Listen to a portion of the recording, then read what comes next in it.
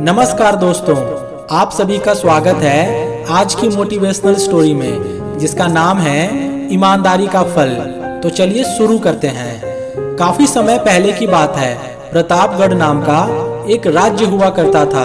वहाँ का राजा बहुत ही अच्छा था, लेकिन वो बहुत ही परेशान रहता था क्योंकि उसकी कोई भी संतान नहीं थी और वो चाहता था कि वह अपने राज्य के अंदर से किसी योग्य बच्चे को गोद ले ले ताकि वह उसका उत्तराधिकारी बन सके और आगे की बागडोर को सुचारू रूप से चला सके। और इसी को देखते हुए राजा ने राज्य में घोषणा करवा दी कि सभी बच्चे राजमहल में एकत्रित हो जाएं। और ऐसा ही हुआ। राजा ने सभी बच्चों को पौधे लगाने के लिए भिन्न भिन्न प्रकार के बीज दिए और कहा कि अब हम 6 महीने बाद मिलेंगे और देखेंगे कि किसका पौधा सबसे अच्छा हुआ है। महीना बीत जाने के बाद भी एक बच्चा ऐसा था जिसके गमले में वह बीज अभी तक नहीं फूटा था, लेकिन वह रोज उसकी देखभाल करता था और रोज पौधे को पानी देता था। देखते ही देखते 3 महीने बीत गए। बच्चा परेशान हो गया। तभी उसकी माँ ने कहा कि बेटा धैर्य रखो, कुछ बीजों को फलने में ज्यादा वक्त लगता है। और वो पौधे को सींचता रहा। 6 महीने हो गए। राजा के पास जाने का समय आ चुका था, लेकिन वो डरा हुआ था कि सभी बच्चों के गमले में पौधे तो आ चुके हैं, लेकिन उसका ही गमला खाली होगा।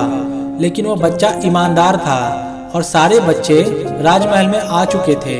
कुछ बच्चे जोश से भरे हुए थे क्योंकि उनके अंदर राज्य का उत्तराधिकारी बनने की प्रबल लालसा थी।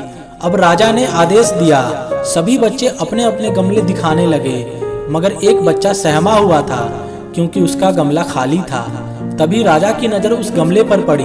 उसने पूछा, तुम्हारा गमला तो खाली है। तो उसने कहा, लेकिन मैंने इस गमले की 6 महीने तक देखभाल की है। राजा उसकी ईमानदारी से बहुत खुश था क्योंकि उसका गमला खाली होते हुए भी वो राजा के सामने आया था। सभी बच्चों के गमले देखने के बाद राजा ने उस बच्चे को सभी के सामने बुलवाया। बच्चा बिल्कुल सहमा हुआ था और राजा ने वह गमला सबको दिखाया। सभी बच्चे जोर से हंसने लगे। राजा ने कहा, शांत हो जाइए, इतने खुश मत होइए। आप सभी के पास जो पौधे हैं वो बिल्कुल बंजर हैं। आप चाहे जितनी भी मेहनत कर लीजिए, उनसे कुछ नहीं निकलेगा। लेकिन असली बीज यही था। असली बीज मैंने इसी बच्चे को दिया था जिसको पनपने में अभी और समय लगेगा। राजा उसकी ईमानदारी से बहुत खुश हुआ और उस बच्चे को राज्य का उत्तराधिकारी बना दिया गया।